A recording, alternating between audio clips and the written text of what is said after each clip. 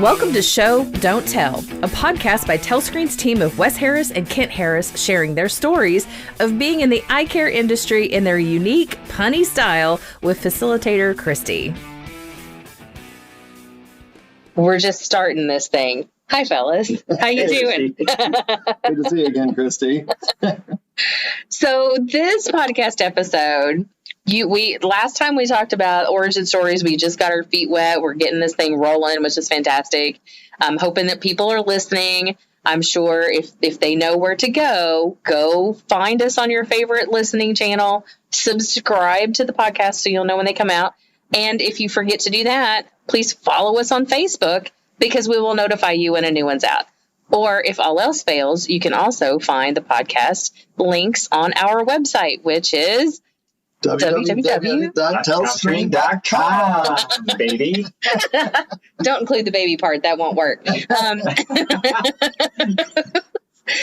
it's telscreen.com, 1L screen.com. And then you can find all the information there, as well as all of the information on the latest product, which is the Diamond system. We're definitely throwing a shameless plug into that because we're pretty proud of that latest technology that's already out. And we have no shame whatsoever. We really don't. So I'm just going to go ahead and say it now. I did tell our web developer guy, I said, you know that bottom image under seeing is believing? I shared that story. I shared the story. And he was like, oh my God, that's brilliant. He's like, you're leaving it, right? You're not changing that. I said, no, those that know will know and probably get a kick out of it. That's a great Easter egg for somebody to find. Absolutely. And we're not going to tell you what the secret is because you should just go to the website, which is www.telscreen.com. That's right. So very good. I left the baby out that time, but it was close. Well done. Well done. So, okay. So fill us in. You guys have come back from convention. Yeah, we went to Denver. Great place to have a convention. Wes went to Denver. I stayed home. When I say we, it's the royal we. Let's just get that clear at the start. We went to Denver. Now, Pat and I went to Denver. And anybody who's ever traveled with Pat knows that all good trips end with a trip to Denny's. And that's what the food picture was from. Was that Denny's? Yes. Okay, yeah. It was a here omelet. We're here. Denver omelet, the ham. Gotcha. Here omelet. The waitress knew exactly what I wanted when I ordered the here omelet. She was all over that. Pat was looking at me like, what? It's the Denver omelet. Yeah. Got it. Now I get it. Like you're sending me this picture to include on your social media. I was like, okay, it's an omelet in Denver. It's a Denver. You're there. My brother is literally a ham.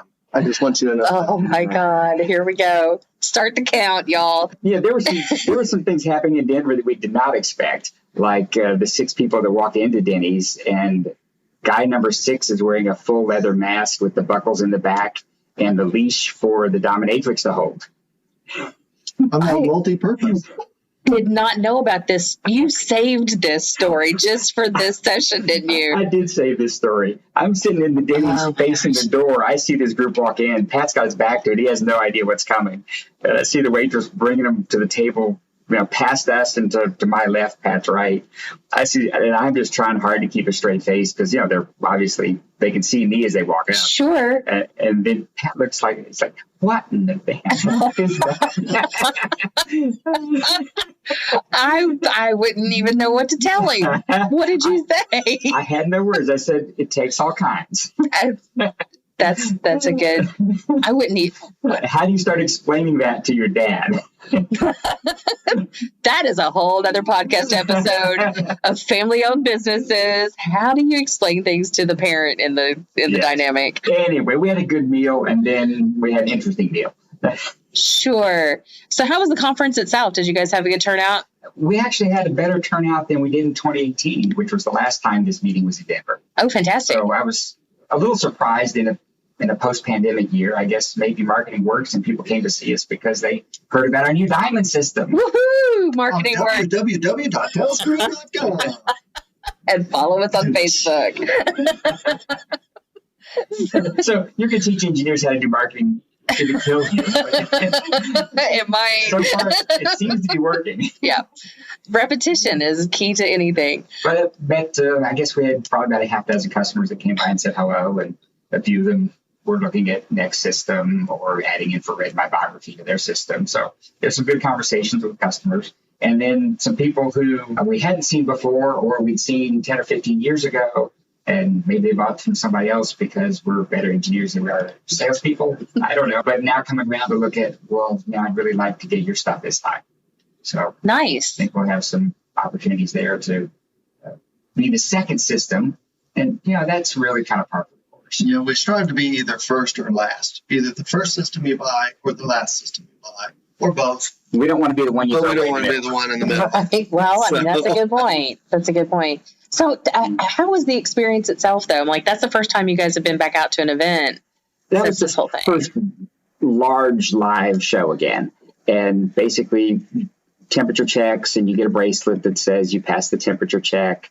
And, you just wave your wrist as you go into the exhibit hall. But we were mask free. If you're vaccinated and you pass the temperature check, then you can be mask free. And it was good to see people and hug people again and have that human experience that has been missing for a year and a half. Right. So it was really good to see some folks hang out. Shout out to Mike Hoster and the folks at Jobson. Always good to see you guys at the meeting. John, Mike, enjoyed the laughs in your booth and the stories. And one of these days, you're going to have to be podcast guests for us, because that would be a riot and Christy wouldn't stop laughing for months. Oh, this will be fun. I do enjoy the stories. I mean, that's one of the reasons I suggested we start this podcast, because you guys have such amazing stories, and I just need to encapsulate it to honestly make my job a little more efficient. But all in all, there were just a few pandemic constraints in place. But other than that, it seemed almost like a normal meeting. I say almost because there was no carpet in the aisles. Apparently, I don't know if carpet is like a huge risk for COVID transmission if you have carpet, or if it was just that we have concrete floors and we're going cheap because it's a small exhibit hall. I don't know. But because of COVID, we had no carpet in the aisles of the exhibit hall. Interesting. So that's interesting. We don't need to go there, but that's just an interesting observing point there. Anyway, not sure what was up with that, but other than that, it seemed like a fairly normal show. Short of superstars, there was no red carpet. There was no white carpet. There was no carpet pad. No, nothing. And you didn't know that ahead of time to be able to bring your own. Well, in your own booth, you're responsible for your own flooring. So you either rent carpeting in your booth, or in our case, we have our famous Telscreen blue flooring, the foam squares that we lay down. And is it the same foam squares in the back room? So that's the famous blue foam, yes. Gotcha. I know what that blue foam is then. Okay. The booths all had high quality, high density, multi-purpose foam flooring available at Home Depot for a low price. I think we bought online. Yeah. Multi-purpose, because you guys, obviously in here, you do more than just trade show stuff with it. Yeah. One of the many perks of a family business is you can have in-office gym that, as long as you self-configure it and make your martial arts studio, and then you're good to go. That's one of the beauties of having an extra space in a family-owned business, and the flexibility to do so. Telscreen Slit Lamp Imaging and Martial Arts Studio. The products that don't make the cut, they feel the abuse. Well, it could be turned into a stress room for a lot of people back there. We could put padding on the walls. That's funny. Okay, so great time at convention. Yeah, and then, of course, 4th of July after that. And then last weekend was a short trip to Memphis, Tennessee to help the Mississippi doctors get through their laser certification process. So we brought imaging for that to go on lasers, and the state board conducts an examination to make sure that doctors who are authorized to shoot lasers in Mississippi are actually qualified. They've passed the practical exam and are ready to go. So what does it take to become certified at shooting lasers? Well, it starts with your 4 years of optometry school is where you acquire the basic skills for manipulating a slit lamp to aim a beam. And the laser just adds two aiming dots that tell you when you push the button, that's where the laser energy is going to be delivered. Oh. But the skills are built during optometry school in the course of usually late first year, early second year. You learn how to use a slit lamp.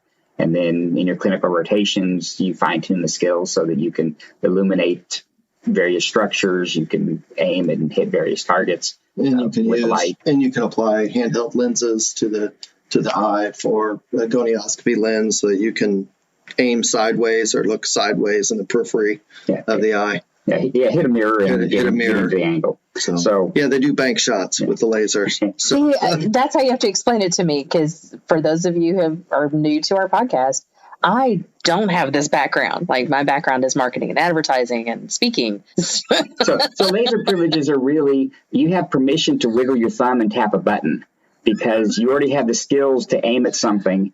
And We're just making sure you can aim correctly. well, it's really covering pre-op instruction, post-op instruction, management of complications. What are contraindications? Why should you not shoot a laser on certain patients?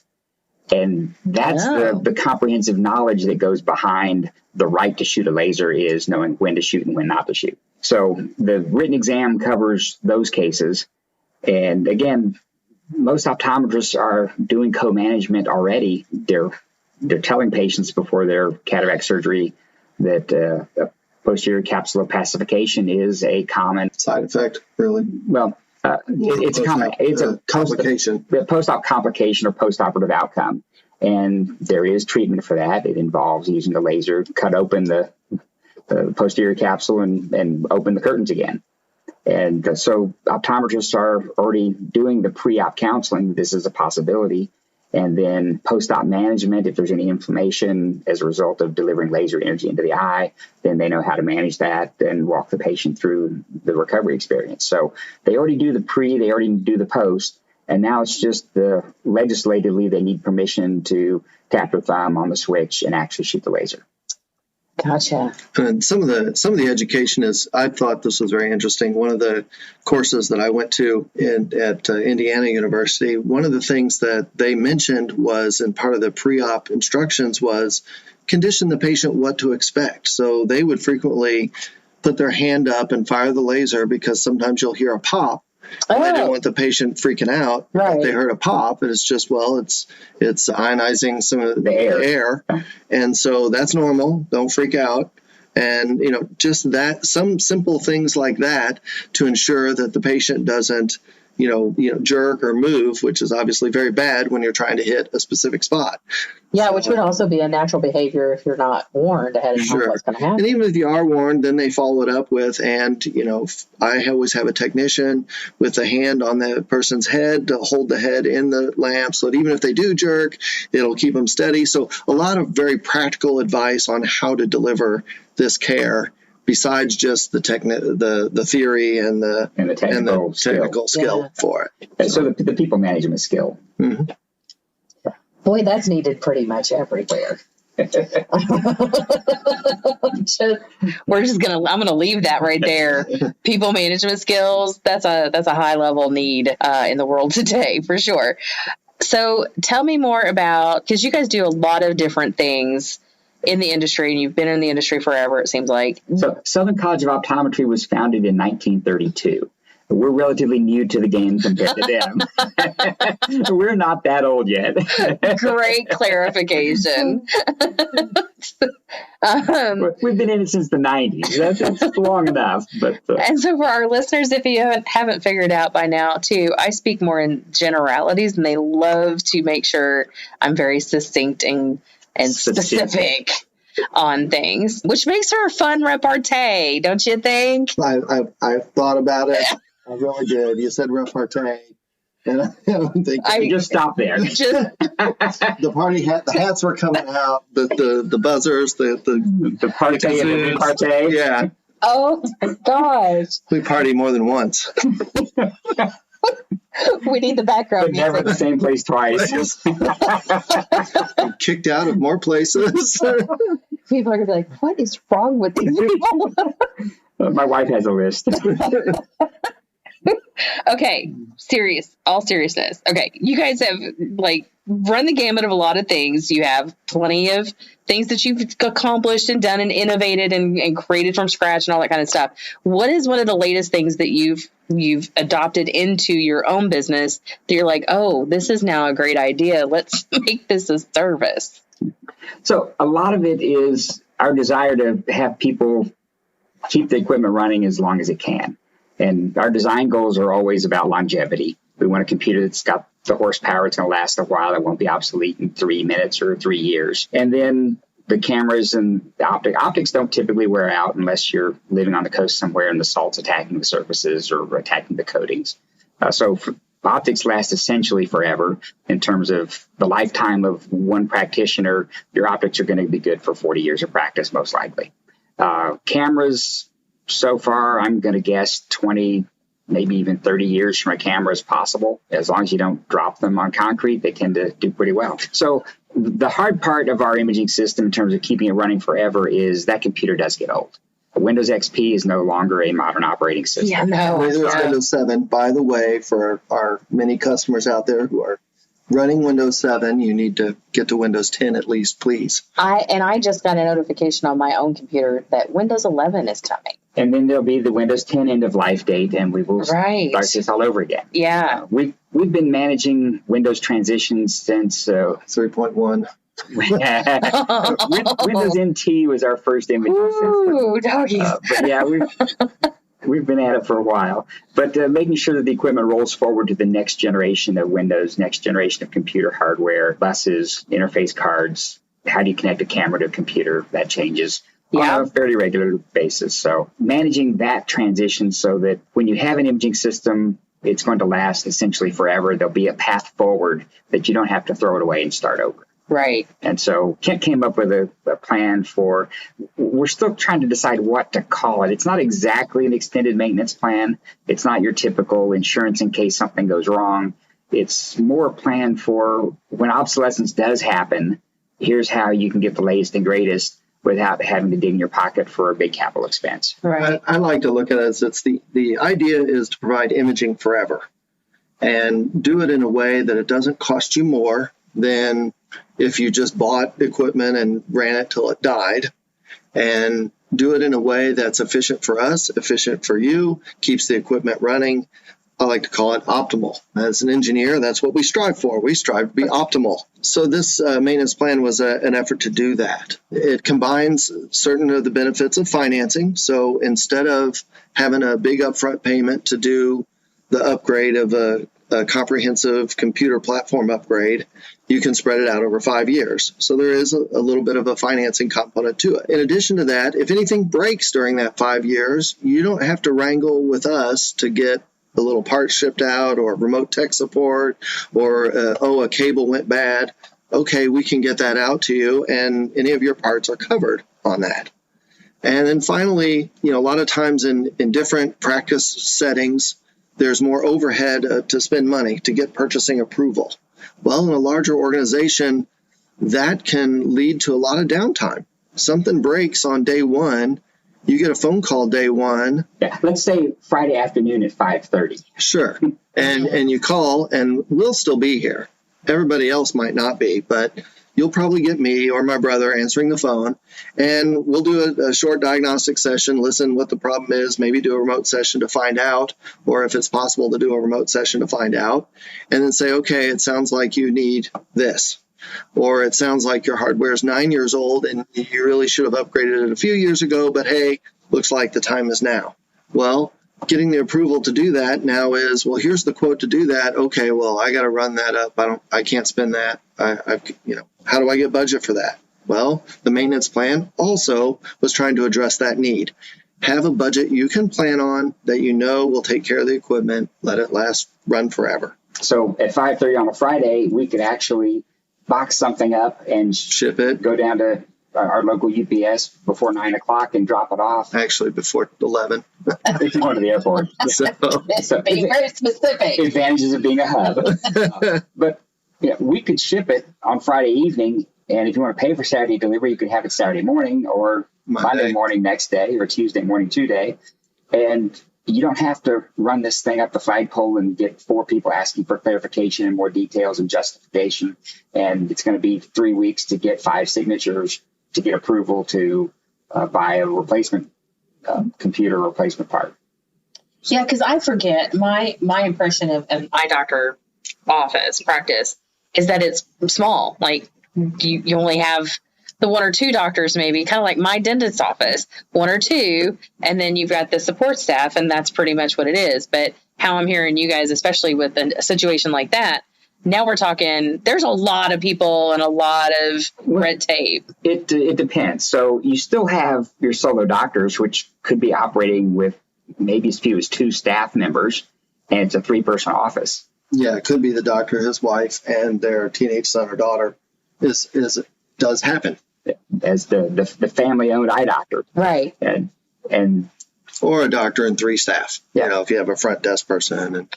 But that would be the small practice. Up to the large solo practice, I think one doctor could probably work maybe 4 or 5 exam rooms would be pushing it. It'd be tough to. They usually have a 6th for that spare parts room just in case they need it. But usually you get to a second doctor by the time you get to 6 rooms. But that would be a big solo practice. And then you get to the small to medium-sized group practices, 2, 3, 4 doctors. I've seen 15 exam rooms in one building. Wow. A group of 3 doctors, group of 3 or 4 doctors. But a large regional medical eye care center. Right. But a fairly large successful practice.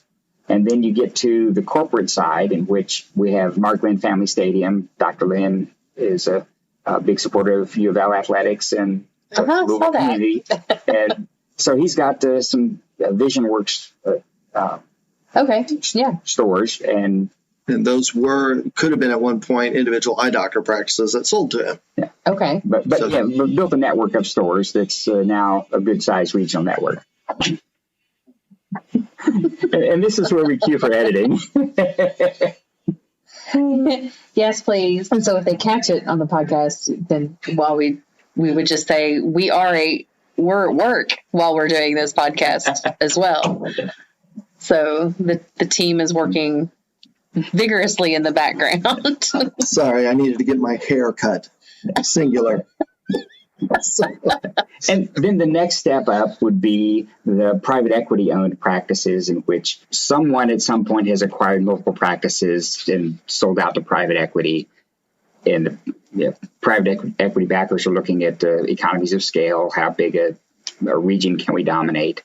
And you may get up to several hundred offices now. Across many states, too. Not just in a region. It's not the idea of regional eye care. Geographic region, not the patient draw region. Right. Like, Southeast United States or Midwest. Okay. Well, some of them, national. Some of them are just national. I mean, they'll as far as from East Coast and West Coast. So when you're solo doctor, and spouse, the conversation is usually very short. Yeah, I need to spend X dollars for this, or you just do it and explain later. Right, but when you've got a big conglomerate style. But when you've got private equity and professional management and someone who is responsible for this silo within the organization and that silo, and now you need communication between the silos. Is this maintenance? Is this replacement equipment? Is it a capital expenditure or repair? And do we as a national organization have budget for you, this particular office, to buy that piece of equipment? That's a whole nother set of conversations, and it takes a while to work through that. And sometimes the answer is no, you can't have that.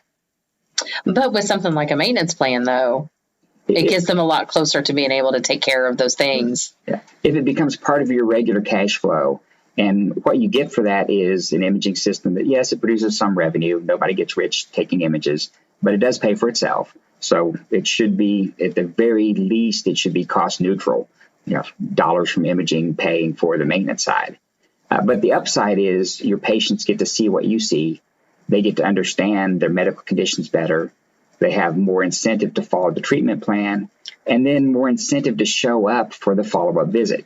Which means that your top line should be better. That's right. And it's also more efficient. One of the things when you're communicating, if we only had pictures, we could show you on our podcast what we're talking about here. Show me, don't tell me. So you get that efficiency of communication in your practice with your patient. You have the built-in visual aid. No longer are you trying to do a presentation on a technical topic With a plastic model. with a plastic model. You can show them Do they their still eye. use those? Oh, Some yes. do, yeah. Oh, yes. Oh, okay. Yeah, they're still out there. Okay, so total tangent here for a second. Sure. When I'd have to go to my general practitioner, they would still have one of those kind of models depending on the body that Right. piece of body work. And it just, as a kid, it might have been fun to play with, but as an adult, it tends to freak me out. Like all of these plastic pieces that you take apart and then you put them back together into the right body. So I was like, it just seems like it needs to not be in the same room with me. Let's have an internal medicine discussion in which we crack the chest open, pull the lungs out, and the heart, and the kidney, Yes. and the intestines. Sure, that sounds like fun. In the back of my No. mind, I'm always wondering, is there a part missing? There's always a part missing to those things. Now, Just some 3-year-old got it and, exactly. and took home a kidney. It's now in the front room in that play set. The appendectomy's already been done on this model. Oh gosh. Okay. So back to using plastic eye models. You now no longer have to rely on those. You have these wonderful imaging systems that can just show you immediately. You have video of the patient's own eye. So Yeah. It's personal. It's their eye. Yeah, I don't know about you. I've never seen a model that kind of tracks my body type. Same. I'm definitely no. Not that mold. I've always said I'm in shape. Pear is a shape. I don't know what to call my shape anymore. 2020, that's what I call my shape. Okay, so with this maintenance plan, you mentioned though that it's not like a normal insurance thing. It's not like a real maintenance. I mean, so how are you guys coming up with the definition of what this is? So far, we're going with maintenance because it keeps it running. So that's the closest to the effect. But the idea that we know the obsolescence point will be reached eventually with any piece of equipment. And this plan allows you to get the next generation replacement when the obsolescence point is reached without having to make another capital equipment decision. It's the plan ahead plan. Yeah. And I have seen something a little bit similar. I ran into something, and I recently shopped for furniture. So our furniture is very old. And of course, 4th of July, anytime you have a holiday that people are home, and then their opportunity to go shopping for furniture exists. Let's buy wood covered in fabric. So one of the things they were doing, in the furniture market is they would always offer your warranties because, if you get a bad mechanism or, something, if that happens in the first 5 years, you're going to be pretty ticked off if your furniture is failing at that point. So they offered, besides the warranty for if something breaks, we'll fix it. They said, if you don't use the warranty, we'll give you store credit for that. And this is essentially how our maintenance plan is working, in the sense that the money that you've paid will be reinvested in your equipment when you need it. So. Yeah. So okay, we'll work on that. So the idea, to do. The idea that no money is wasted, and because everybody is very sensitive to, gosh, I bought that warranty plan and nothing broke. I wasted my money. I spent it. That was just pure profit. It's like, no, that's not really how it works. So this planning ahead for something. I know you guys do service with a purchase, right? They're purchasing the system. You come in and you do that service. So now that service is going to last for like X amount of time. Right. And then basically you're covering it for, like you said, like the lifetime of this thing until they upgrade to a new system. Okay. So it's typically a 5-year rolling plan, so that the money they're putting in today, we know that at the end of 5 years, if they've been trouble-free, then they have built up enough credit to get the next upgrade. And that gives them the new computer that's running Windows 11 with the fabulous hard drive. And Kung Fu grip. But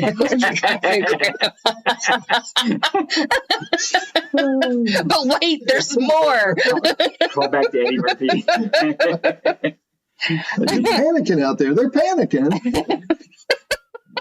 Do we have to pay royalties? I don't think Eddie needs the money. No. Okay. So awesome. It sounds like that's going to be a huge benefit for a lot of people out there that have been using your systems for years. And like you said, a lot of them do they still like it because it still works.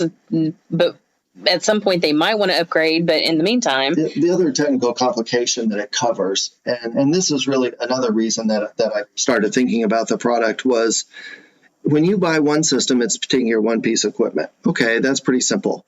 But what happens when you add your second and your third? You have 3 exam lanes, you're using it. Now you've got 3 imaging systems. One of them breaks. Your other systems were 8 years old, but they're on the older operating system, the older hardware. And now we need to run on the network, and the network is new.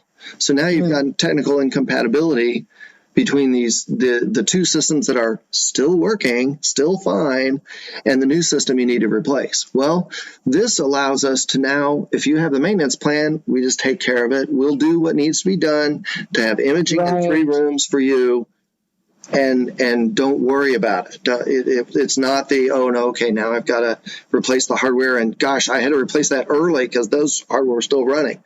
But we just take all that detail out of the it kind of sounds like I'm trying to work my VCR through my Roku. Well, if it ain't broke, don't fix it. Well, but I needed to run with my smart TV. That's an apt analogy. Personally, we have still a Nintendo in our house. And for the longest time, that was the only way we could view Netflix.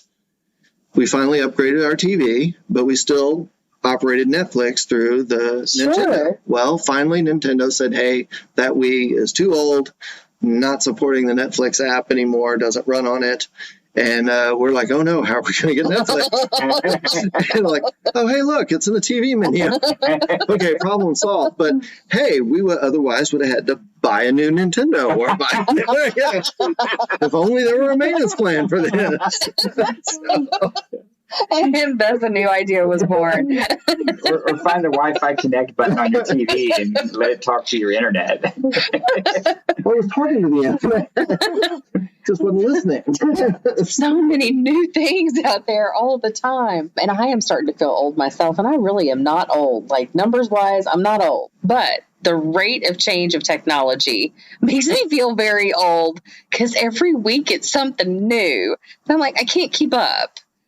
And I'm a pretty fast learner, and I'm struggling. Let me lend you a kid. Nope, you can keep those. They're good kids. They are good kids. You missed. This is why we have children, so we can keep up with the latest technology and open our medicine when we get older. Because you guys will appreciate this.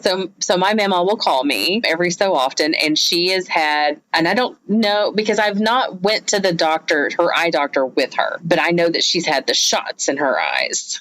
And I'm like, you don't need to tell me any more than you were going to the eye doctor. And so I picked her up one day, and she's just so frustrated because she can't see well. Like, all of the things she used to be able to see, she can't see anymore. So she'll call me, and I have access to her bank accounts.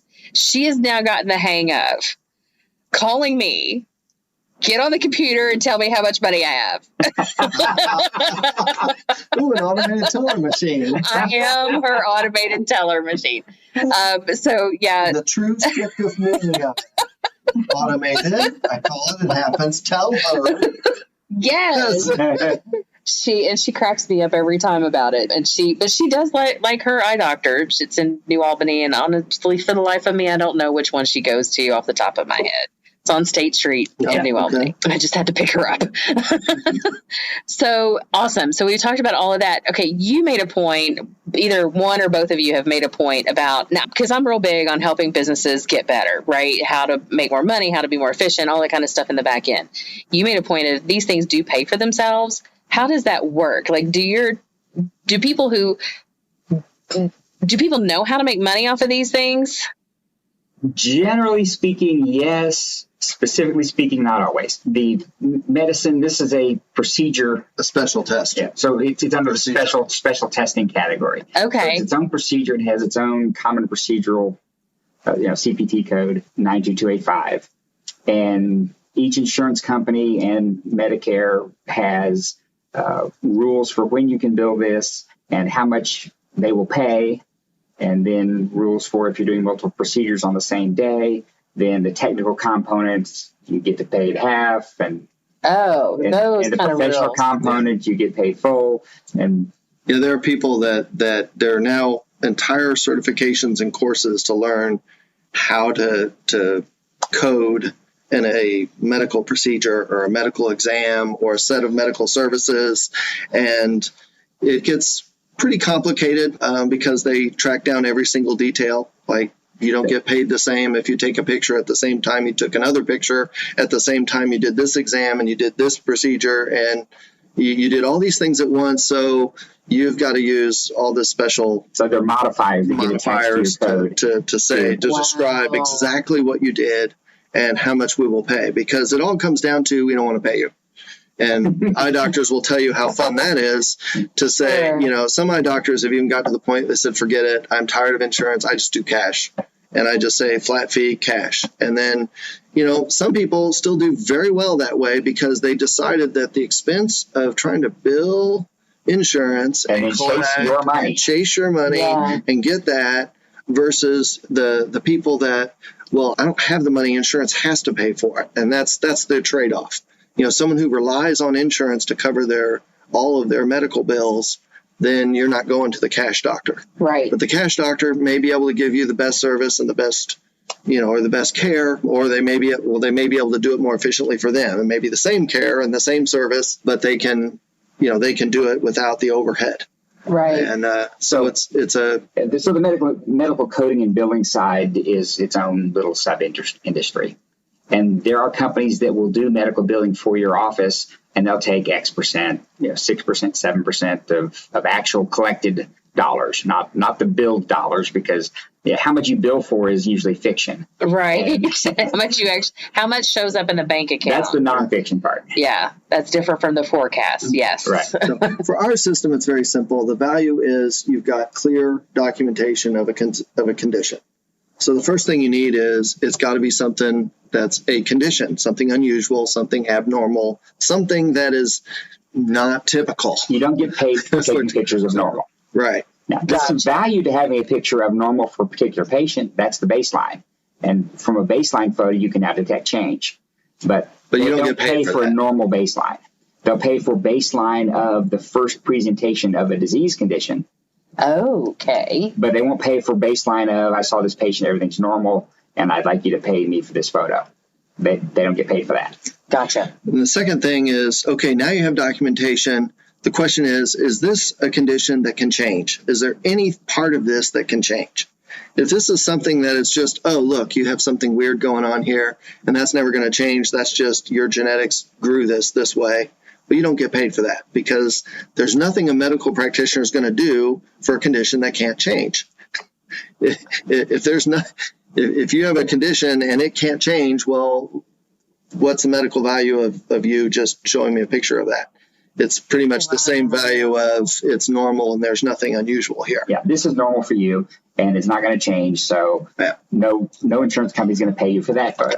And the last criteria is there has to be some sort of treatment by someone somewhere for this condition if it does change. And so if all three of those things are met, then you can bill 92285, and you can do that as often as is reasonably necessary to detect change.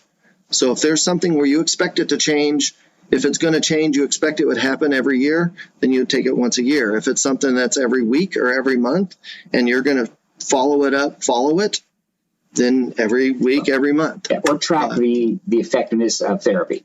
So we've initiated some therapeutic measures that are designed to improve the condition, and we expect to see the first sign that therapy is working in, it could be as early as 1 day. It could be 3 weeks. It could be 6 months.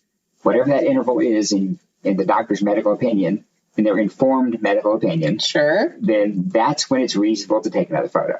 And then compare the photos side by side to now determine what's the rate of change. Is it changing as fast as I expected based upon the therapy that we initiated? Did it not change at all? Is the therapy not working? Oh, we need to change therapy. Yeah. That's the medical value. Or we need to talk to the patient about adherence to the treatment regimen. Yeah. Did we prescribe something that the patient put in their pocket and never got filled because the copay was $60 on that, and the patient didn't want to pay $60 for that? So prescription was given but not filled, or the bottle was picked up but the drops are still in the bottle. They don't work very well there. Right. Okay, that falls under people management. Exactly. So detection of rate of change and then investigation into reasons why the rate of change was not what was expected. And that leads to now practicing evidence-based medicine. I'm not just guessing at what I should do next. I have evidence that we tried this. Here's how much the first try worked. And now I have reason to believe I need to add something else to the treatment plan.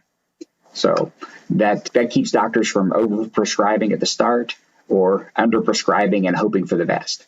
So you have evidence for making the change, evidence for adding another medicine, or trying to change behavior further in your patient. Boy, no wonder.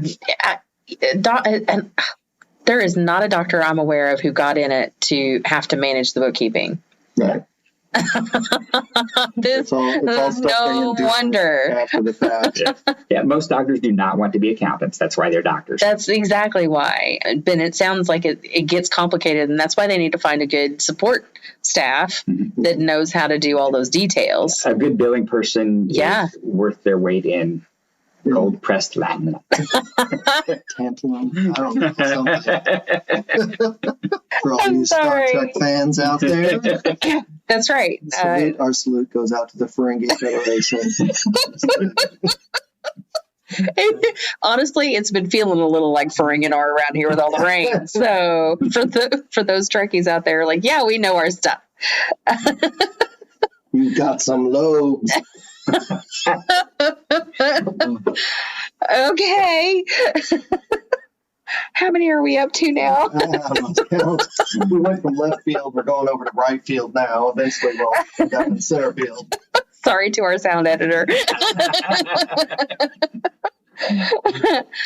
So, okay.